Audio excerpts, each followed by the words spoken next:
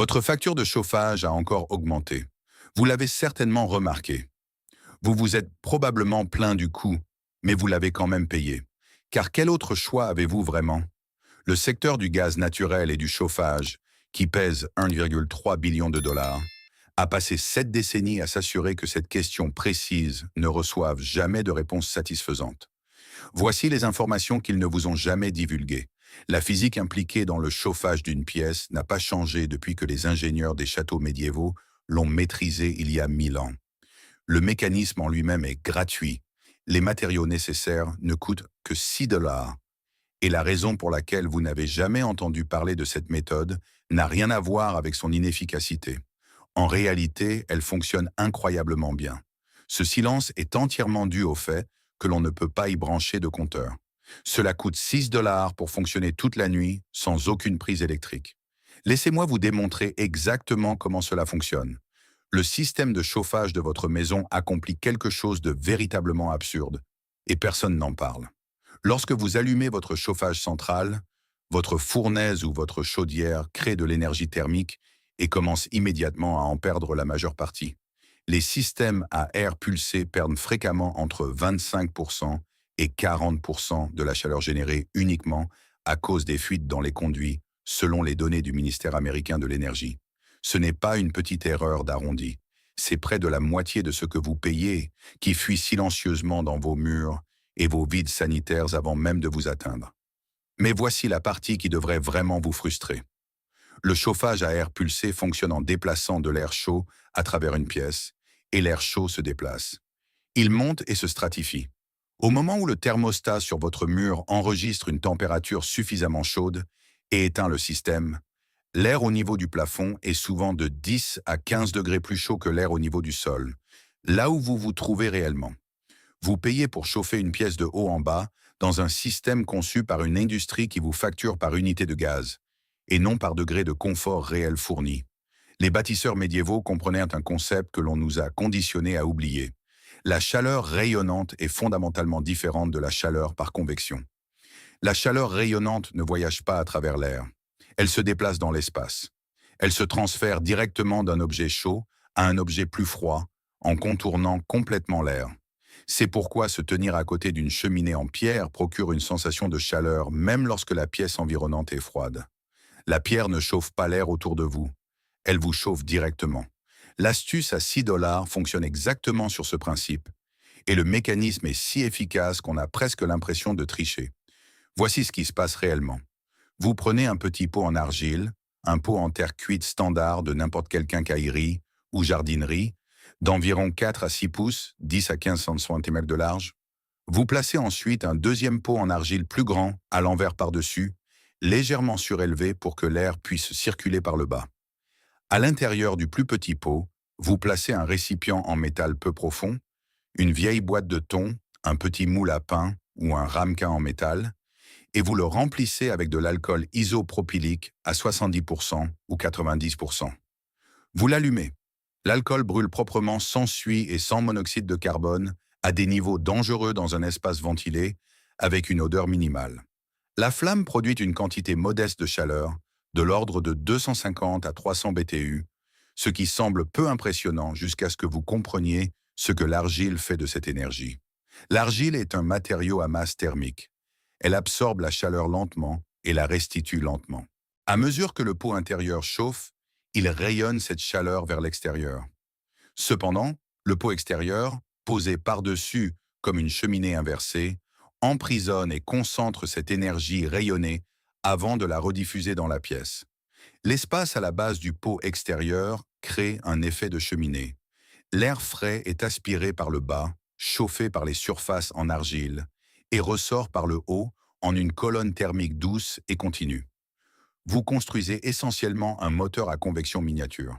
La surface du pot extérieur atteint des températures de 160 à 180 degrés Fahrenheit, n'est qu'on a 110 à 80 degrés Celsius, dans les 20 minutes suivant l'allumage.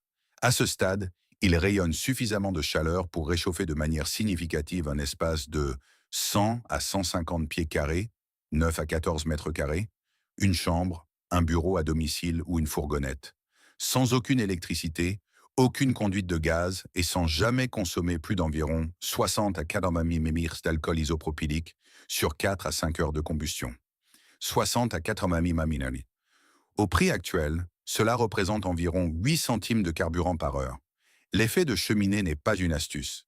C'est la même physique convective qui faisait fonctionner les hypocaustes romains, qui rendait les châteaux en pierre habitables pendant les hivers d'Europe du Nord, et que chaque ingénieur en CVC, chauffage, ventilation et climatisation, utilise dans ses calculs aujourd'hui. L'industrie n'a pas découvert une meilleure version de cela. Elle a construit une infrastructure qui le contourne entièrement, car c'est ce contournement qui crée une relation de facturation. En 1952, l'American Gas Association, AGA, l'organe de lobbying de l'industrie des infrastructures de gaz naturel, a fait pression avec succès pour l'adoption de codes de chauffage résidentiel, rendant obligatoires les systèmes de chauffage centralisés à conduit dans les nouvelles constructions à travers la majeure partie des États-Unis. Le langage utilisé parlait de sécurité et de standardisation. L'effet réel a été l'élimination systématique des alternatives de chauffage d'appoint radiant et ponctuel dans les nouvelles maisons. Ce n'est pas une théorie du complot. L'AGA a dépensé 340 millions de dollars en activités de lobbying rien qu'entre 1988 et 2022, selon les données de lobbying fédéral d'Open Secrets. Ce qu'ils achetaient, systématiquement, c'était un langage réglementaire rendant les alternatives plus difficiles à utiliser et plus difficiles à connaître. Voici la comparaison qui devrait vous mettre en colère. Un système à air pulsé au gaz naturel coûte entre 3 000 $ et 7 000 $ à installer. Il nécessite une conduite de gaz, un conduit d'évacuation, un réseau de gaines, un thermostat et un entretien continu. Il perd jusqu'à 40% de sa production de chaleur en raison de l'inefficacité des conduits. Il génère une facture mensuelle. Il nécessite un service agréé. Chaque composant de ce système génère des revenus pour quelqu'un. L'installateur, le fournisseur d'énergie, le fabricant de pièces et le technicien d'entretien. Le pot en argile coûte 6 $. L'alcool coûte 8 centimes de l'heure. Il n'y a pas d'abonnement. Il n'y a pas de compteur. Il n'y a pas de contrat d'entretien. Il n'y a aucune relation facturable nulle part dans la transaction. Ce n'est pas pour cela que ça marche, mais c'est exactement pour cela que vous n'avez jamais vu de présentoir en tête de gondole chez Home Depot pour vous en parler. Voici exactement quoi acheter et exactement quoi faire. Vous avez besoin de 2 pots en terre cuite. Le pot intérieur doit faire 4 à 5 pouces, 10 à 13 cm de large, n'importe quel modèle de jardin standard. Le pot intérieur peut avoir un trou de drainage. Cela n'a pas d'importance. Le pot extérieur doit faire 6 à 8 pouces, 15 à 20 cm de large, et être également en terre cuite standard. Vous avez également besoin de 3 petites briques, pierres ou boulons en métal pour servir d'entretoise. Il surélève le pot extérieur d'environ 1 demi-pouce à 1,3 cm de la surface sur laquelle vous le posez. Cet espace est obligatoire. C'est par là que l'air frais entre. Pour le récipient à combustible, utilisez une boîte de thon en métal, un petit ramequin en fonte ou tout plat en métal peu profond qui rentre dans le pot intérieur. N'utilisez pas de plastique. N'utilisez pas de verre. Pour le combustible, utilisez de l'alcool isopropylique à 70% ou 90%, disponible dans n'importe quelle pharmacie pour environ 2 $ à 3 $ le litre. Remplissez le récipient à peu près à moitié, soit environ 60 à 80 ml. C'est votre charge de combustion pour une session. Pour l'installation, placez votre récipient à combustible à l'intérieur du pot intérieur. Mettez le pot intérieur en équilibre sur une surface ignifuge et résistante à la chaleur, comme un carreau de céramique, un dessous de plat en fonte ou un bloc de béton. Placez le pot extérieur à l'envers par-dessus le pot intérieur en le faisant reposer sur vos 3 entretoises, de sorte que l'espace à la base soit maintenu uniformément sur tout le périmètre. Allumez l'alcool. Le système met 15 à 20 minutes pour chauffer complètement l'argile. Pendant ce laps de temps, la production de chaleur est modeste. Après cela, vous la sentirez. La surface du pot extérieur sera très chaude au toucher. Ne la touchez pas. Gardez-la à l'écart de tout objet inflammable d'au moins 18 pouces, 45 cm, dans toutes les directions. Ne la laissez jamais sans surveillance. Ne scellez jamais complètement une pièce. Un certain renouvellement de l'air est nécessaire pour la combustion. Un remplissage de combustible brûle pendant environ 4 à 5 heures. L'argile retient la chaleur et continue de rayonner pendant 20 à 30 minutes après l'extinction de la flamme. Le coût total du combustible pour une session nocturne est inférieur à 50 centimes. C'est tout. Pas d'installation, pas de permis et pas d'abonnement. Et c'est là que mon cerveau n'a pas pu s'arrêter. Une fois que j'ai compris le mécanisme de la masse thermique, l'idée que l'argile absorbe la chaleur rayonnante et la restitue lentement bien après la disparition de la source de chaleur, j'ai commencé à le voir dans des endroits devant lesquels j'étais passé toute ma vie. Le premier endroit, ce sont les fours à pain. La raison pour laquelle un four à pizza au feu de bois ou un four à pain traditionnel conserve sa chaleur pendant des heures après l'extinction du feu n'est pas magique. C'est la masse thermique. Les boulangers professionnels savent qu'un four en maçonnerie correctement construit, avec des murs en pierre de 4 pouces, 10 cm d'épaisseur ou plus, maintiendra la température de cuisson pendant 6 à 8 heures à partir d'un seul feu. Le chauffage en pot d'argile applique la même physique à une échelle réduite. C'est pourquoi il continue de fonctionner après que la flamme s'est éteinte. Le deuxième endroit est la conception solaire passive. Les architectes qui construisent des maisons éco-énergétiques placent délibérément des matériaux à masse thermique, sol en pierre, murs intérieurs en briques ou carreaux d'argile, sur les murs orientés au sud où la lumière du soleil de l'après-midi les frappe.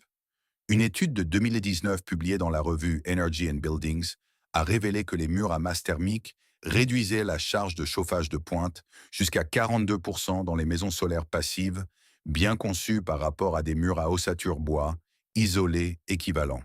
Le soleil charge la masse pendant la journée et la masse se décharge pendant la nuit. Pas de combustible, pas de facture.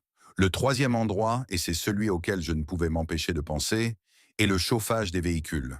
Le chauffage en pot d'argile est devenu un sujet important dans la communauté de la van life et des véhicules hors réseau précisément parce qu'il fonctionne dans des espaces clos avec un risque de ventilation minimal lorsqu'il est utilisé correctement. Une seule session nocturne dans une fourgonnette ou un camping-car utilisant 70 ml d'alcool isopropylique brûle si proprement qu'une fenêtre entr'ouverte suffit pour le renouvellement de l'air. Des dizaines de voyageurs passant la nuit en pleine nature l'utilisent comme chauffage principal à des températures descendant jusqu'à 5 degrés Celsius, environ 20 degrés Fahrenheit, non pas comme un tour de passe-passe, mais comme un véritable chauffage de survie hivernale. Et la donnée la plus folle que j'ai trouvée, les cabanes en rondins scandinaves médiévales utilisaient de l'argile tassée et de la pierre dans leur structure de foyer central, spécifiquement parce que des reconstructions d'essais, réalisées par des chercheurs de l'université norvégienne de sciences et de technologie, ont montré qu'un foyer en argile et en pierre, correctement conçu, pouvait maintenir des températures intérieures au-dessus du point de congélation pendant 48 heures après le dernier feu, avec des températures extérieures inférieures à 20 degrés Celsius. 48 heures à partir d'un seul feu. Le mécanisme n'est pas nouveau, la décision de l'ignorer l'est. Ce que vous venez d'apprendre n'est pas une astuce de camping. C'est un principe de physique que toute l'infrastructure de chauffage résidentiel du monde développé a été spécifiquement conçue pour contourner, car c'est ce contournement qui génère des revenus. L'effet de cheminée, la masse thermique et le transfert de chaleur par rayonnement ne sont pas des cas isolés. Ce sont les mécanismes fondamentaux derrière chaque système de chauffage efficace jamais construit, du chauffage par le sol romain à l'architecture solaire passive, en passant par la conception des radiateurs modernes. Le chauffage en pot d'argile n'a pas échoué à se démocratiser parce qu'il ne fonctionne pas. Il a échoué à se démocratiser parce qu'il fonctionne indéfiniment avec 8 centimes de combustible par heure et ne peut pas être mesuré par un compteur. Vous connaissez maintenant le mécanisme, vous savez quoi acheter et vous savez combien cela coûte. La prochaine fois que votre facture de chauffage arrivera, vous saurez exactement ce que cette facture paie et exactement quelle alternative l'industrie a passé 70 ans à s'assurer que vous ne pensiez jamais à demander. 6 $ et un briquet. Le reste n'a toujours été qu'une question d'infrastructure. Je veux être clair. J'ai grandi au Québec, au Canada, où l'hiver n'est pas tant une saison qu'un trait de personnalité que la province développe. J'ai payé des factures de chauffage qui ressemblaient à une deuxième hypothèque. J'ai découvert cette méthode il y a 3 hivers, et je me suis assis dans ma cuisine pendant 1 minute entière à fixer 2 pots en argile, en pensant à chaque facture de chauffage que j'avais jamais payée. Si vous êtes arrivé jusqu'ici, allez acheter les pots ce soir. La plupart des quincailleries les ont en stock toute l'année. Et si votre voisin vous voit rentrer avec 2 pots en terre cuite en novembre et vous demande ce que vous construisez, dites-lui. Il ne vous croira pas jusqu'à ce qu'il le sente. Puis il sera en colère lui aussi. À la prochaine. Si cette histoire a changé votre façon de voir l'industrie du chauffage et la physique cachée de votre maison, veuillez vous abonner et aimer cette vidéo. Nous nous consacrons à découvrir l'histoire et la technologie qu'ils ont essayé de garder enfouies. Il est temps de reprendre votre indépendance et de réchauffer votre avenir. Notre prochaine plongée au cœur de trésors oubliés sera bientôt disponible.